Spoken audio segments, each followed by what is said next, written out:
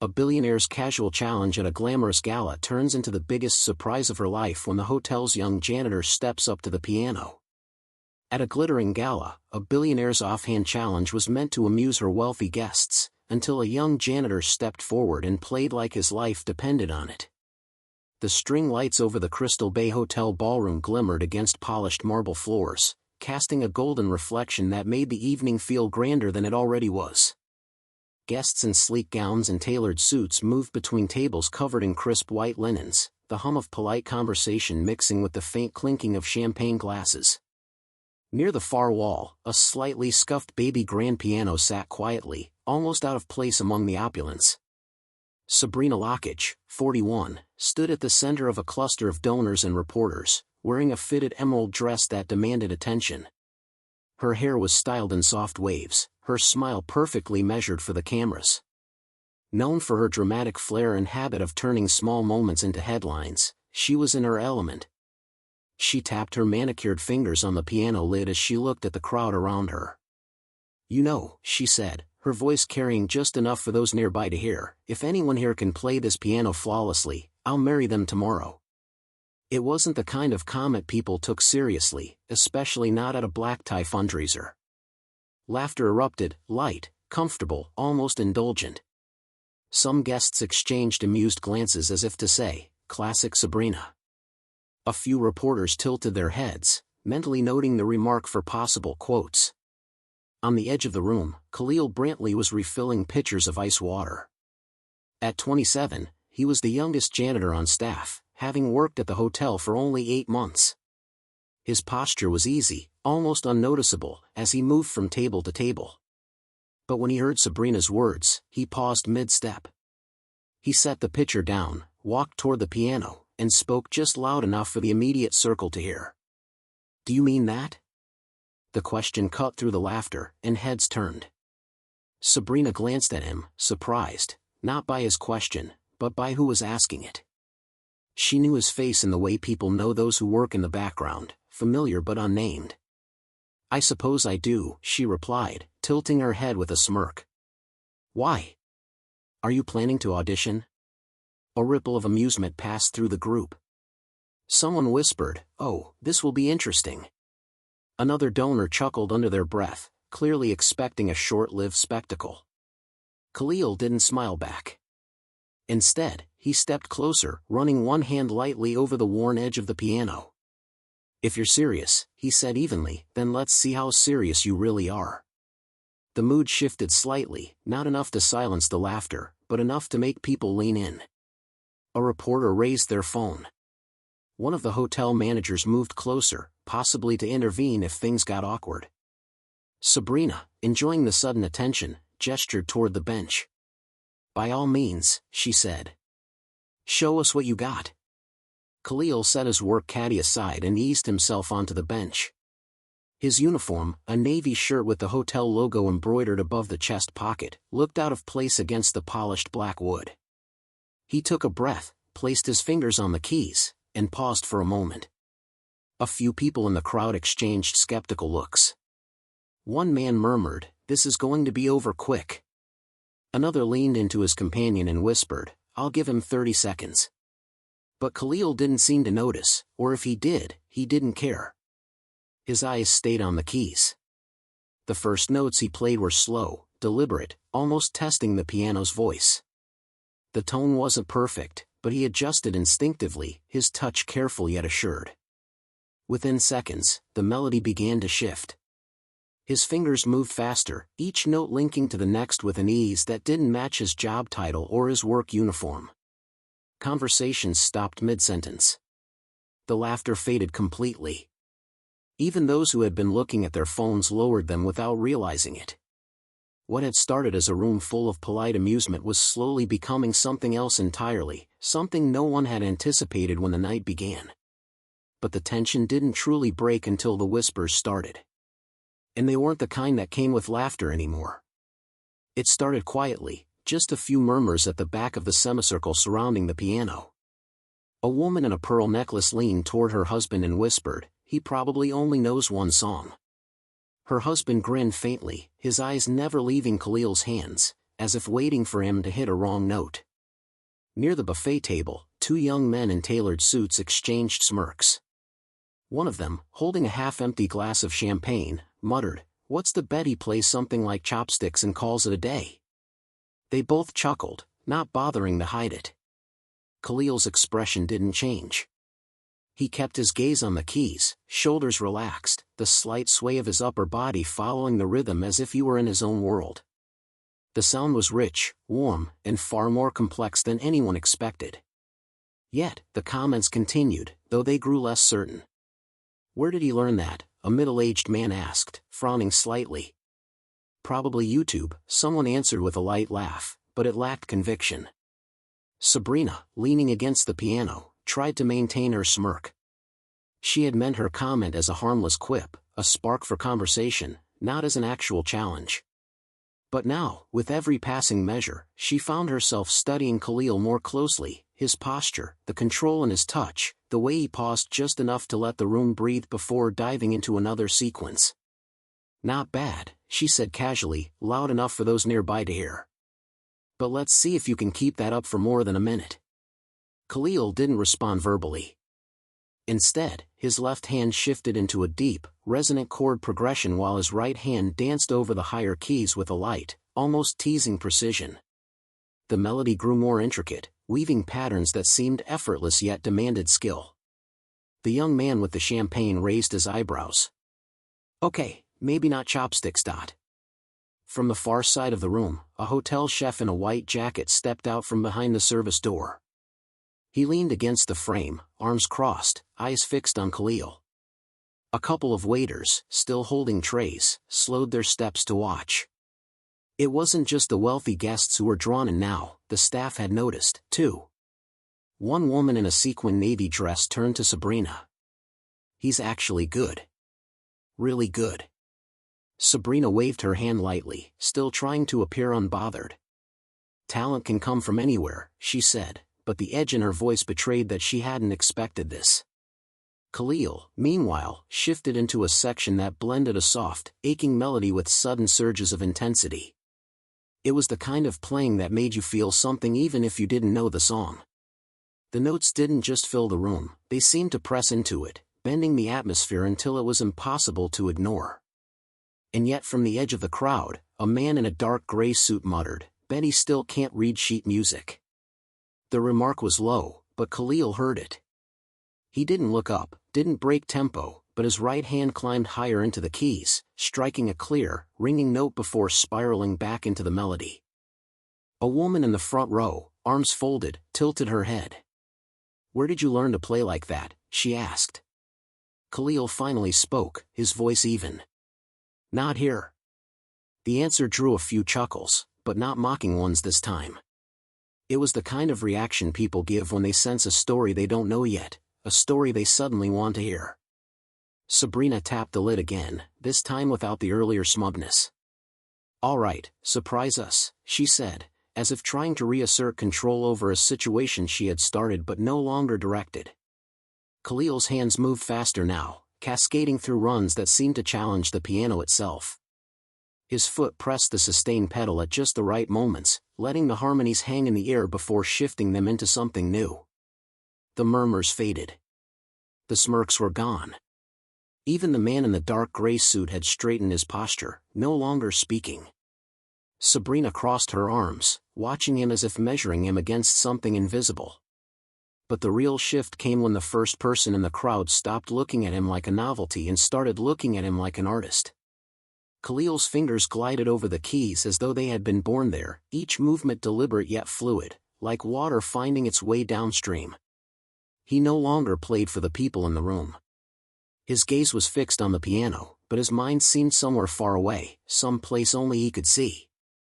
The piece shifted into a slow, minor key passage that drew the air tight.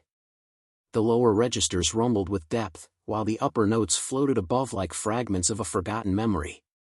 It wasn't just skill, it was storytelling. Every chord felt like a sentence, every run like a paragraph building towards something neither he nor the audience fully understood until it arrived. Guests who had been standing casually now leaned forward slightly.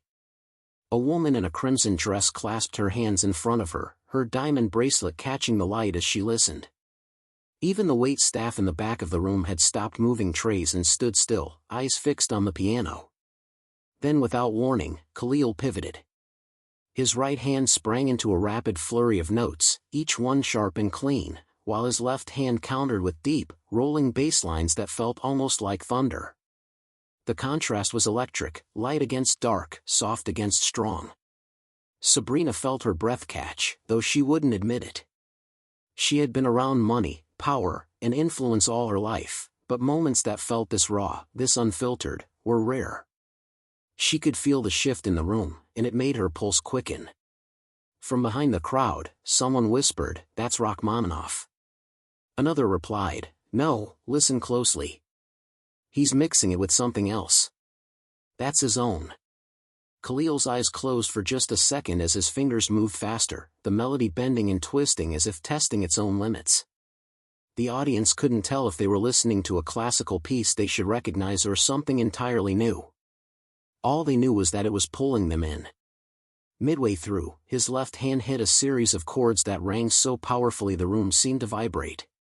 The sustained pedal caught the resonance, and for a moment, it felt like the music wasn't just in the air, it was in the floor beneath their feet.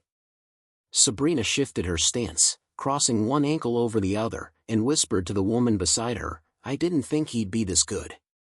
The woman only nodded, her eyes still locked on Khalil. He transitioned again, softening into a gentle, almost lullaby-like tune. It was intimate, fragile, even, like something you might hear through a door late at night. It made the space between notes feel as important as the notes themselves. People held their breath without realizing it, afraid that even the smallest sound might break whatever was happening. Then, with a subtle lift of his hands, Khalil brought the piece back to life. The melody climbed higher and higher, the chords underneath growing more insistent, more urgent. It was as if he were racing towards something only he could see. In the front row, a man in his 60s lowered his phone. He had been recording since Khalil began, but now for the first time, he just wanted to listen without a screen between them. Khalil's final sequence was nothing short of staggering. His right hand spinning out rapid arpeggios, his left hand hammering a counter rhythm that felt like the heartbeat of the piece itself. His shoulders moved with emotion, but never sloppily. Every ounce of him was in control. When the last note came, it didn't just stop, it lingered in the air for a moment, the piano's natural resonance holding on before finally releasing. Khalil's hands rested on the keys, his head slightly bowed, as if giving the moment a chance to breathe before anyone dared to speak. There was no polite applause this time. The room erupted in cheers, whistles, and clapping that went on longer than any toast of the night. Some guests stood without thinking, others simply stared at him as if they weren't sure what they had just witnessed. Sabrina clapped along, but her mind was already spinning. She had issued a challenge, expecting a laugh and a quick end. Instead, she had just watched a janitor command a room full of millionaires and leave them stunned. She stepped forward, her voice softer now. "That wasn't what I expected," she said, her eyes scanning his face for something she couldn't name. Khalil finally looked at her, his expression calm. "Most things worth remembering aren't," he replied. A murmur of approval passed through the crowd, not loud but genuine. But the real conversation was only just beginning, and it wasn't going to stay inside this ballroom for long. The applause didn't fade so much as it was interrupted by conversations breaking out in every corner of the room. People leaned toward each other, voices low but animated, as if they'd just witnessed something they weren't quite sure how to process. Sabrina stayed near the piano, still trying to read Khalil. She had built a career and a public persona around controlling the narrative. Yet now she could feel the story slipping out of her hands and into his. A woman in her 50s wearing a silver wrap over her gown approached the piano. "Young man," she said, smiling warmly, "where did you learn to play like that?" Khalil rested his hands in his lap. "At home," he said simply. "An old upright my mom bought for $50 from a church down the street. The keys were chipped, a couple didn't work, but it was enough to teach myself." The woman's smile softened. "Well, it worked." From the side, a man in a tuxedo interjected with a tone that was half curious, half dismissive. So, no formal training, no conservatory? Just, figured it out? Khalil glanced at him briefly. Figuring it out is the training, he said. The comment drew a small laugh from someone in the back, and even Sabrina cracked a smile at that. Then came the hotel's general manager, an older man with salt and pepper hair, who placed a hand on Khalil's shoulder. You've been working here how long? 8 months, Khalil replied. And you've been hiding this the whole time? I wasn't hiding anything, Khalil said, his voice steady. No one ever asked. That answer landed heavier than expected. Several people shifted uncomfortably, as if they'd just been reminded of something they didn't want to acknowledge. Sabrina tilted her head. You know, I think you've just made me break my own rule. What rule? Khalil asked. Never be upstaged at my own event. There was laughter at that, but it was good-natured now. The smirks and whispered jokes had vanished, replaced with something closer to respect, or at least curiosity. A reporter from the Charlotte Observer stepped forward, her phone held out. Khalil, can I get a quick video of you saying your name and where you're from? This is going to get a lot of attention. Khalil hesitated. I'd rather the video speak for itself. The reporter seemed taken aback, but nodded and stepped back. From behind the crowd, a voice called out, "Play another one." Several others echoed it, and for a moment, it seemed like he might. But Khalil shook his head gently. One was enough. Sabrina studied him for another beat before saying, "Then I suppose you'll be leaving everyone here wondering." He stood from the bench, and people instinctively parted to let him through. A few guests reached out to shake his hand. Others offered compliments, some sincere, some more performative, but Khalil accepted them all with the same calm nod. Sabrina watched him cross the ballroom toward the service hallway. For a woman used to commanding a room, it was rare to see someone else take that authority without even trying. She couldn't tell if it irritated her or impressed her. Near the doorway, a young waiter caught up to Khalil. "Man, I didn't even know you played." "That was insane." Khalil smiled faintly.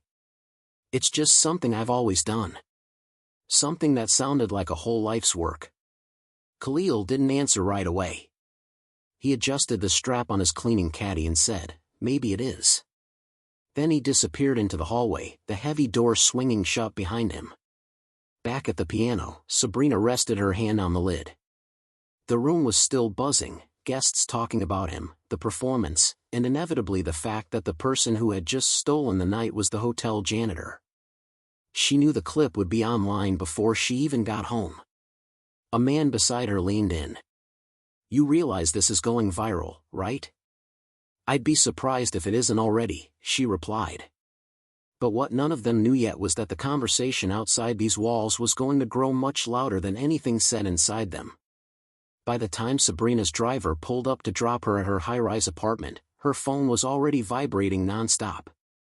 Texts from colleagues, notifications from social media, and 2 missed calls from her publicist filled the screen. One of the first messages read, "Is this your Gala?" The piano guy. It came with a link to a video already posted on Twitter. The clip was raw, shaky, clearly taken from a guest's phone, but it captured everything: the moment Khalil sat down, the skeptical chuckles, the way the room fell silent, and then the roaring applause. In less than 3 hours, it had racked up over 300,000 views. By morning, it would be in the millions. On Instagram, the hashtags were multiplying: #PianoJanitor, #AridIngenious, #KhalilBrantley. Some posts praised him as a prodigy who proved that real talent doesn't need a stage to be found. Others were sharper, turning the spotlight on the way the guests had initially treated him. A popular TikTok creator had already stitched the clip with commentary. "You can see the moment the rich people realized they underestimated him." The video was drawing thousands of comments, many of them tagging friends with messages like, "Watch this all the way through. Worth it." By 10 a.m. the next day, Khalil's name was trending on Twitter alongside international news headlines. A screenshot of Sabrina's stunned face during the performance was circulating widely. Someone had captioned it, "When you challenged the wrong guy." Meanwhile, Khalil was at home in his small apartment above a laundromat on Beechwood Avenue. He had an old laptop on his kitchen table, its screen glowing with unread notifications. A friend from high school had messaged, "Bro, you're everywhere right now. You need to start a YouTube channel or something." Khalil sighed, rubbing the back of his neck. He had never sought fame, and the thought of suddenly becoming a public figure felt strange. Music had always been personal, something he shared with a few friends, maybe an occasional open mic night. Now it was being dissected by strangers all over the world. Back at the Crystal Bay Hotel, the general manager was fielding media requests. Local news stations wanted interviews. National outlets were calling. Even a morning talk show in Los Angeles had reached out. Sabrina, sipping her coffee in her living room, took a call from her publicist. "This is an opportunity," the woman said briskly. "You need to get ahead of this. People love the clip, but some are criticizing the way the room reacted at first. You need to comment. Show that you're supportive." "I am supportive," Sabrina replied. "I told him to play. I didn't stop him." "That's not how the internet works," her publicist said dryly. "We should arrange for you and Khalil to meet publicly. A photo op. Maybe a follow-up performance." Sabrina stared out the window at the skyline. "He's not a prop. If he wants to meet, fine. If not, I'm not forcing it." Khalil, meanwhile, was scrolling through the comments on one of the viral posts. Most were kind, but some were cynical, suggesting it was a stunt, questioning if he had planted the performance to get attention. Later that afternoon, a journalist from the Charlotte Ledger called him. "Khalil, people want to know, do you plan to pursue music full-time now?" "I haven't decided," he said. "I like playing, always have, but I don't think a viral video should decide my life for me." The reporter paused. "What do you want people to take away from all this?" "That you don't know someone just by looking at them," Khalil replied. "And maybe that talent doesn't come with a dress code." By that evening, the clip had reached national television. A news anchor introduced it as the performance that stopped the gala in its tracks. Footage of Khalil playing aired alongside commentary from music critics and social media personalities. At the hotel, guests from the previous night were calling staff to talk about the moment. Some swore they had recognized his skill immediately, though the video clearly suggested otherwise. Others wanted to know if he'd be performing again. Sabrina knew the story had already grown beyond her control. Her own inbox was full of invitations to appear on panels about hidden talent and class perception, but she also knew the only person who could decide what happened next was Khalil himself. But the real shift wasn't in the number of views or headlines. It was in the fact that for the first time, people were asking who Khalil really was. And that question was about to lead somewhere neither of them expected. 2 days after the gala, Khalil found himself sitting at a small table in a quiet corner of Marlowe's Coffee House, a spot just off Main Street where the morning rush had long passed. He had agreed to meet Sabrina, not in front of cameras, not at the hotel, but here. She had insisted on keeping it low-key, saying she wanted to talk without an audience. She arrived 5 minutes late, sliding into the chair opposite him with an apologetic smile. "Traffic," she said, setting her leather tote on the floor. Khalil nodded. "No problem." For a moment, neither of them spoke.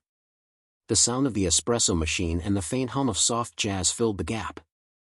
Then, Sabrina leaned forward, resting her elbows on the table. "I owe you an apology," she said plainly. "That night, I turned you into a joke without even thinking about it, and you turned the whole thing into something I couldn't have predicted." Khalil's eyes stayed steady on hers. "I didn't do it to prove you wrong." "I know," she said, "which makes it even more embarrassing for me." He let out a small breath, not quite a laugh. "You were just talking. People say things without realizing what they sound like. I've been on the receiving end of that before." Sabrina stirred the coffee she just ordered, the spoon tapping lightly against the cup. "You're playing. It wasn't just good. It was lived in, like you've been carrying it for years." "I have," Khalil said. Started when I was 10. My mom found that old piano at a church sale. She didn't play, but she figured I might. Guess she was right. What about lessons? Couldn't afford them. I learned by listening, copying, messing up, and trying again. Sometimes I'd sneak into the community center on Saturday mornings. They had a decent upright. I'd play until the janitor kicked me out.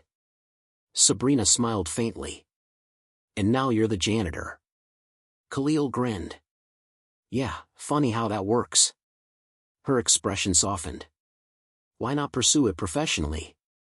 Khalil leaned back, fingers curling around his coffee mug. Life happened. My mom got sick when I was 17. Bills piled up. Music doesn't pay much unless you get really lucky or know the right people. I took jobs that kept the lights on. Piano stayed in the picture, but it's always been mine. Private. Sabrina nodded slowly as if turning his words over in her mind. The thing is, that performance, it meant something to people. I've had messages from strangers saying it reminded them of their dad, their childhood, their own dreams they'd let go of. He looked out the window at the street. That's nice, but I don't want this to turn into some viral charity case. I'm not looking for someone to save me. I'm not offering to save you, she said. I'm asking if you want a stage, the kind you deserve. Khalil's gaze returned to her. And if I don't, then nothing changes, she said with a shrug. You keep playing when you want, where you want, but you've got an opening right now most people never get. If you say yes, I can put you in front of audiences who will actually listen. He didn't answer right away. His mind drifted back to his mother, to the old chipped piano in their living room, to the way she used to hum along while folding laundry. She'd tell him, "You're telling stories without words." She would have wanted him to share those stories. Still, he wasn't sure if that meant letting the world in. Sabrina seemed to read his hesitation. I'm not going to push, but think about this. Your music already spoke for you in a room full of people who weren't listening. Imagine what it could do for people who are. Khalil set his cup down. I'll think about it. They talked a little longer, not just about the gala, but about her foundation, his work at the hotel, and the strange way life sometimes handed you a spotlight when you weren't asking for one. When they finally stood to leave, Sabrina reached out her hand. Whatever you decide, you've got my respect. That's not something I give lightly. Khalil shook her hand. I'll keep that in mind. But what neither of them realized was that the decision he was wrestling with would be made for him sooner than he thought, because the world wasn't done knocking at his door. 3 days later, Khalil was back at the Crystal Bay Hotel, pushing his cleaning cart through the banquet hallway when the hotel's front desk clerk hurried toward him. You've got a visitor, she said, slightly out of breath. I'm working, Khalil replied, but she shook her head. This one's not leaving until you talk to her. When he stepped into the lobby, a woman in her late 30s, wearing a faded denim jacket and carrying a toddler on her hip, turned to face him. Her eyes lit up. You don't know me, she began, but I saw your video twice, actually. My son here, he doesn't speak much yet, but when I played your piano clip, he sat still and listened the whole way through. That never happens. Khalil glanced at the boy, who was now watching him with wide eyes. That's nice to hear. The woman's voice trembled. It's more than nice. My husband passed last year and we've been adjusting.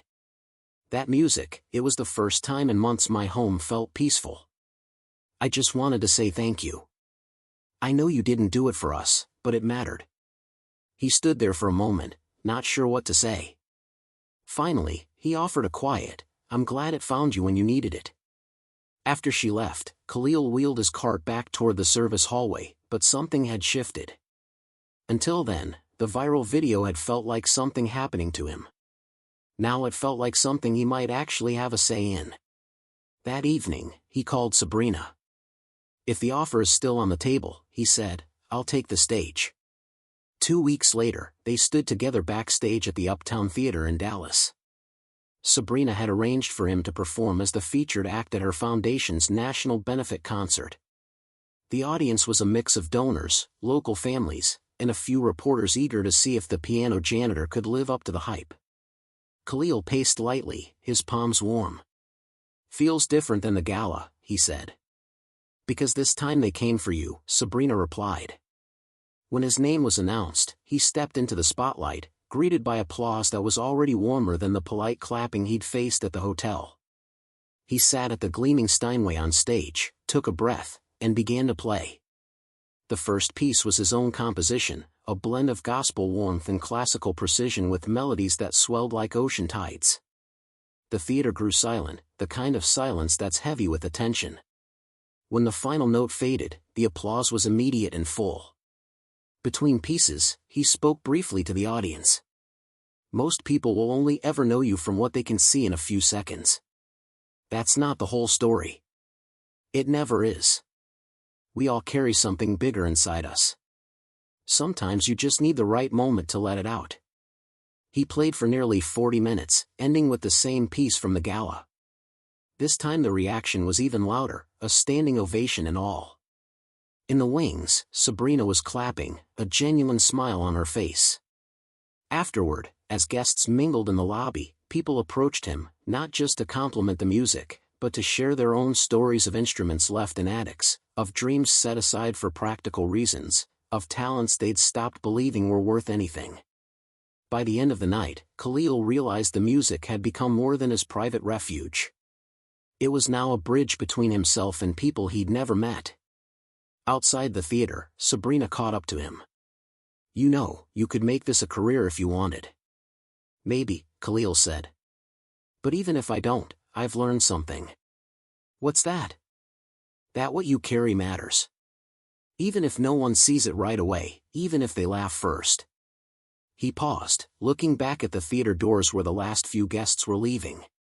"Sometimes the right moment comes when you're not asking for it, but you'd better be ready when it does." Sabrina nodded. "Then I guess the rest is up to you." Khalil smiled. "Always has been." The night air was cool as he walked toward the car waiting to take him back to his hotel. He didn't know if this was the start of something big or just a story he'd tell years from now. But he knew one thing for certain, his music wasn't staying hidden anymore. If you've been holding on to something you love, whether it's music, writing, painting, or anything else, don't wait for the perfect stage. Share it. Let it be seen.